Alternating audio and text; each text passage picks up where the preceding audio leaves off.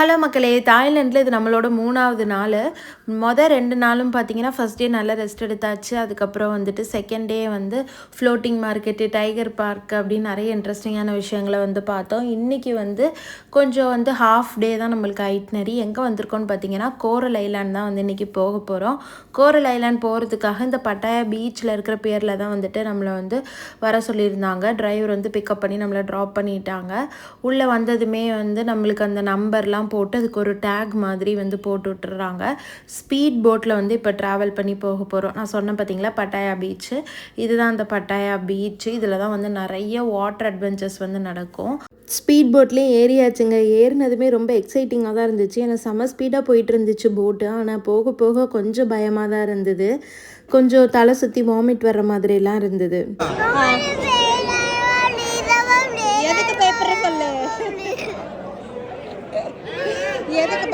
அப்புறம் பார்த்தீங்கன்னா, பாப்பா தான் வந்துட்டு ரொம்ப அழ ஆரம்பிச்சிட்டா. ஃபஸ்ட்டு இடத்துல எங்களுக்கு ட்ராப் பண்ணாங்கன்னு பார்த்தீங்கன்னா, இந்த பேராசைலிங் போகிற இடம் தான்.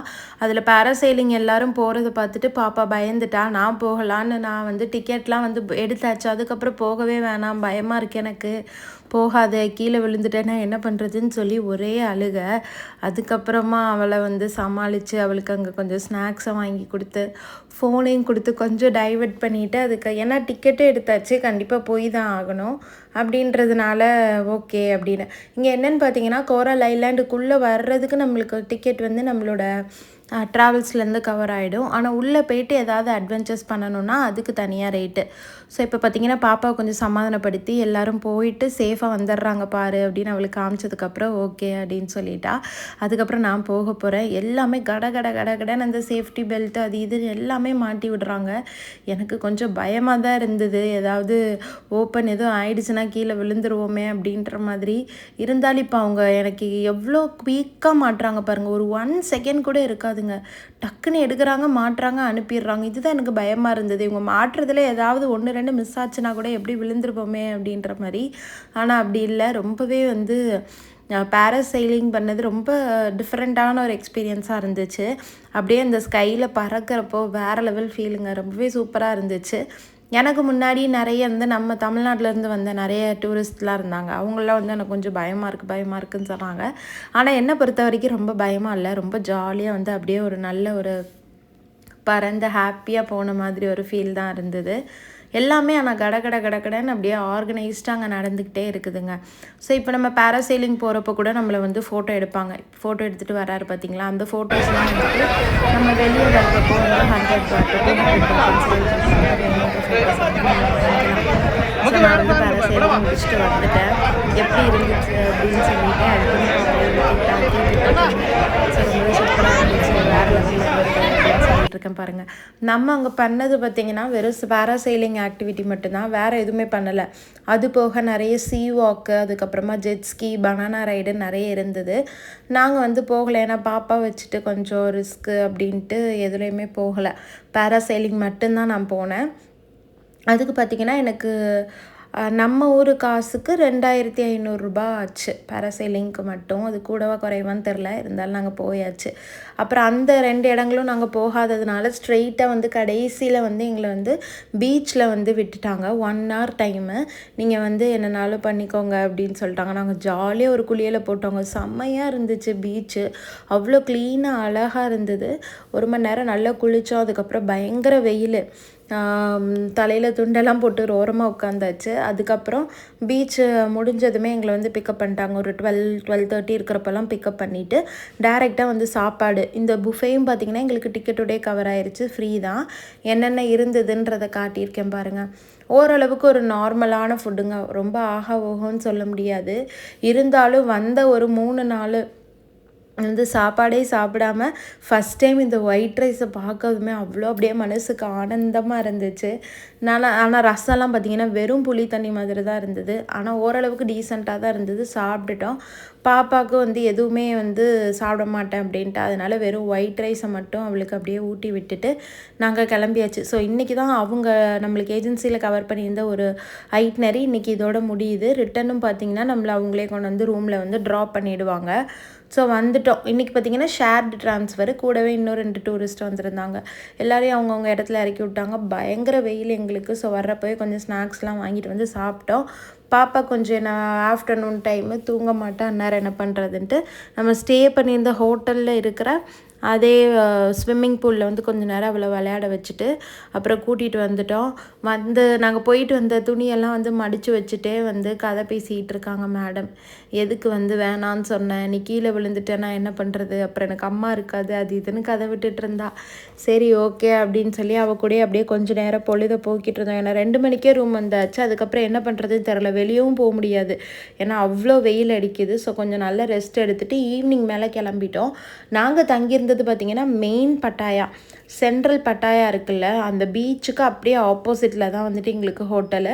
ஸோ மெயினாக ஆக்சஸ் இருக்கிற மாதிரி ஏரியாவில் தான் சூஸ் பண்ணியிருந்தோம். ஸோ பட்டாயா நைட் பஸார், இப்போ நம்ம இருக்கிறது பார்த்திங்கன்னா பட்டாயாவோட நைட் பஸார். அங்கே தான் சரி ஒரு ரவுண்ட் போயிட்டு வரலாம், ஏதாவது ஷாப்பிங் பண்ணுறதுனா பண்ணலாம். ஏன்னா இன்றைக்கி தான் கடைசி டே பட்டாயாவில். இதுக்கப்புறம் வந்துட்டு பேங்காக் வந்து போக போகிறோம். ஸோ ஏதாவது ஷாப்பிங் பண்ணலாம் அப்படின்னு தான் போய் பார்த்தோம். ஆனால் இங்கே வந்து கொஞ்சம் பரவாயில்லாமல் இருந்தது ரேட்டெல்லாம். வேணும்னா வந்து ஏதாவது திங்ஸ் வாங்கலான்னு தான் போனோம். அப்புறம் ஹஸ்பண்டுக்கு கொஞ்சம் ஸ்லிப்பரு, அப்புறமா வீட்டுக்கு ட்ரெஸ் இதெல்லாம் வாங்கிட்டு அப்புறமா வந்து சாப்பிட்றலாம் அப்படின்னு சொல்லி தான் தேடி பார்க்குறப்ப இந்தியன் ரெஸ்டாரண்ட் போகலாம் அப்படின்னு சொல்லி இந்த மெட்ராஸ் தர்பார்னு, இதுவும் அப்படியே பார்த்திங்கன்னா நம்ம சென்ட்ரல் பட்டாயா மாலுக்கு ஆப்போசிட்டில் தான் வந்து இருக்குது.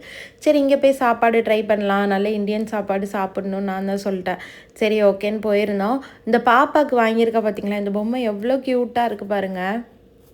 ரேட் வந்து கொஞ்சம் காஸ்ட்லி தான், ஆனால் அவ்வளோ அழகாக இருந்துச்சு பார்க்கவே. அவள் வந்து இதுதான் வேணும் அப்படின்னு சொன்னதுனால வாங்கிக்கிட்டோம். இது பார்த்திங்கன்னா இந்த பொம்மை கிட்டத்தட்ட 400 பாட் அப்படின்னா 1200 கிட்ட வந்துச்சு அந்த பொம்மை. சரி இருந்தாலும் அழகாக இருக்குது, க்யூட்டாக இருக்குது, கேட்குறா அப்படின்னு சொல்லி வாங்கி கொடுத்தாச்சு. சாப்பாடு நான் பார்த்திங்கன்னா எனக்கு வந்து 2 நாள் தான் ஆச்சு. இருந்தாலும் ஏதோ இட்லி தோசை சாப்பாடெல்லாம் மிஸ் பண்ணுற மாதிரி எனக்கு ஒரு ஃபீலு. ஸோ எனக்கு ஒரே கீ ரோஸ்ட்டு போதும், நீங்கள் என்னனாலும் வாங்கிக்கோங்கன்னு சொல்லிட்டேன்.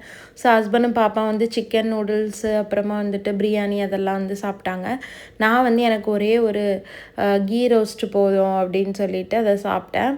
டேஸ்ட் பார்த்திங்கன்னா நம்ம ஊரில் இருக்கிற மாதிரி அதே டேஸ்ட்டில் வந்துட்டு கொடுத்துருந்தாங்க. ஏன்னா மெட்ராஸ் தர்பார்ன்றப்போ நம்ம ஊர் கடை தானே. ஸோ நம்ம ஊர் சாப்பாடு அப்படியே டேஸ்ட்டு சூப்பராக இருந்தது. ஸோ நாங்களும் வந்து நல்லா கொஞ்சம் திருப்தியாக வந்து சாப்பிட்டோம். அங்கே தாய்லாண்டில் ஃபுட்டெல்லாம் வந்து எனக்கு அந்தளவுக்கு பிடிக்கல, ஆனால் ஹஸ்பண்டுக்கு பிடிச்சிருந்தது. அவங்களோடதெல்லாம் பார்த்திங்கன்னா ஸ்டிக்கி ரைஸு, அப்புறமா வந்து கொஞ்சம் பிளாண்டாக இருக்குது எல்லாமே. நிறைய வந்து அந்த ஃபிஷ் சாஸ்லாம் வந்து ஆட் பண்ணிடுறாங்க. சாப்பாட்டில் எப்போவுமே அந்த ஒரு நான்வெஜ் டேஸ்ட் இருக்கிற மாதிரியே இருக்குது. ஸோ நான்வெஜ் சாப்பிட்றவங்களுக்கு பெருசாக டிஃப்ரென்ஸ் தெரியாது, நம்மளுக்கு வந்து கொஞ்சம் ஒத்துக்காது. ஸோ வந்து நான் இட்லி தோசை சாப்பாடுலாம் சாப்பிட்டா தான் சாப்பிட்ட மாதிரி. ஸோ சாப்பிட்டுட்டோம். பில் எவ்வளோ வந்துச்சுன்னு பார்த்திங்கன்னா டோட்டலாக வந்து 1015 பாட், அதாவது 2500 வந்தது நம்ம ஒரு காசுக்கு. ஓகே தான், நல்லா இருந்தது சாப்பாடு. ஸோ ஒர்த்துன்னு தான் சொல்லணும். ஸோ அங்கே அந்த ரெட் கலரில் தெரியுது பார்த்திங்களா, அதான் மெட்ராஸ் தர்பார் நம்ம சாப்பிட்ட ரெஸ்டாரண்ட்டு. அதுக்கு ஆப்போசிட்லேயே பார்த்திங்கன்னா நான் சொன்ன இந்த சென்ட்ரல் பட்டாயா மால், இதுக்கு ரைட் சைடு நம்மளோட ஹோட்டல். எல்லாமே வாக்கபிள் டிஸ்டன்ஸ் தான். ஸோ நீங்களும் இந்த மாதிரி வரீங்கன்னா சென்ட்ரலாக இருக்கிற ஒரு ஹோட்டலில் வந்துட்டு புக் பண்ணிங்கன்னா எல்லா இடங்களும் நம்ம கேப்லாம் தேடி அலையாமல் நடந்தே போயிடலாம். பட்டாயா மாலில் இங்கே பாருங்கள் ஆப்போசிட்டில் முழு க்ராக்கடையில் அப்படியே பார்பிக்யூ பண்ணி கிரில் பண்ணிகிட்டு இருக்காங்க. ஐயோ என்னடா இது அப்படின்ற மாதிரி தான் இருந்துச்சு எனக்கு. பாப்பா எவ்வளோ ஆர்வமாக பார்த்துட்ருக்கா பாருங்கள். அதோட க்ராக்கடைல் ஹெட்டெல்லாம் முன்னாடி வச்சுருக்காங்க, பின்னாடி வந்து இது இருக்குது. இதுக்கு பக்கத்துலேயே அப்படியே பார்த்திங்கன்னா பிக்கு, ஸ்குவிட்டு அந்த மாதிரி நிறைய வச்சுருக்காங்க. ஆனால் க்ராக்கடைல் தான் ரொம்ப அட்ராக்டிவாக. எங்கே பார்த்திங்களா இது ஃபுல்லாகவே இந்த அவங்க பன்னி கறி.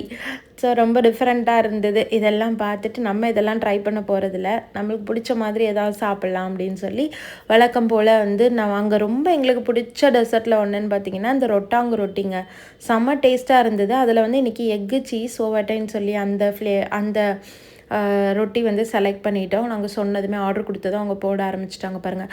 அதே மாதிரி எல்லாமே ரொம்ப க்ளீனாக ஹைஜீனிக்காக பண்ணுறாங்கங்க.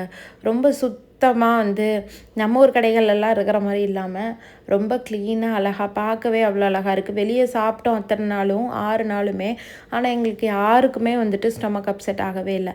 அந்தளவுக்கு ரொம்ப ஹைஜீனிக்காக க்ளீனாக நீட்டாக பொறுமையாக வந்து பண்ணி தராங்க. ஸோ நம்மளோட அந்த ரொட்டாங்கு ரொட்டியும் வாங்கியாச்சு. இப்போ போயிட்டு சாப்பிட தான் போகிறோம். இன்றைக்கி டே இப்படி தாங்க போச்சு. ஸோ ரொம்பவே வந்து நல்லா போச்சு. ஹாஃப் டே ரொட்டீன் அவங்க கொடுத்தது. அதுக்கப்புறம் மீதி பார்த்திங்கன்னா நம்ம மெயினான இடங்கள்ல இருக்கிறதுனால பக்கத்தில் வந்து கொஞ்சம் கொஞ்சம் நம்ம நடந்து போய் எக்ஸ்ப்ளோர் பண்ணுற மாதிரி இருந்தது. ஸோ இன்னும் வர்ற பேங்காக்கில் இருக்கிற டேஸ்லாம் வந்துட்டு இன்னும் இன்ட்ரெஸ்டிங்காக இருக்கும். அதெல்லாம் பார்க்கணும் அப்படின்னா மறக்காமல் நம்மளோட சேனலை வந்து சப்ஸ்கிரைப் பண்ணிக்கோங்க. ஸோ நெக்ஸ்ட்டு வீடியோஸ் எல்லாம் நீங்கள் பார்க்கலாம். ஃபர்ஸ்ட் டே உள்ள வீடியோஸுமே இதுக்கு முந்தின வீடியோவில் அப்டேட் பண்ணியிருக்கேன். ஸோ நீங்கள் செக் பண்ணி பாருங்கள். மாதிரி நீங்கள் வீடியோ வந்து ரெகுலராக பார்க்குறீங்க அப்படின்னா மறக்காமல் வந்து ஒரு கமெண்ட் பண்ணி ஒரு லைக்கும் பண்ணுங்கள். ஸோ அது எனக்கும் பார்த்திங்கன்னா ரெகுலராக வீடியோ போடுறதுக்கு ஒரு மோட்டிவேஷனாக இருக்கும். சரி, நெக்ஸ்ட் வீடியோவில் பார்க்கலாங்க. வர விலாக்ஸ்லாம் இதை விட இன்னும் இன்ட்ரெஸ்டிங்காக இருக்கும். ஸோ மறக்காமல் வந்துட்டு சப்ஸ்கிரைப் பண்ணிடுங்க. பாய்.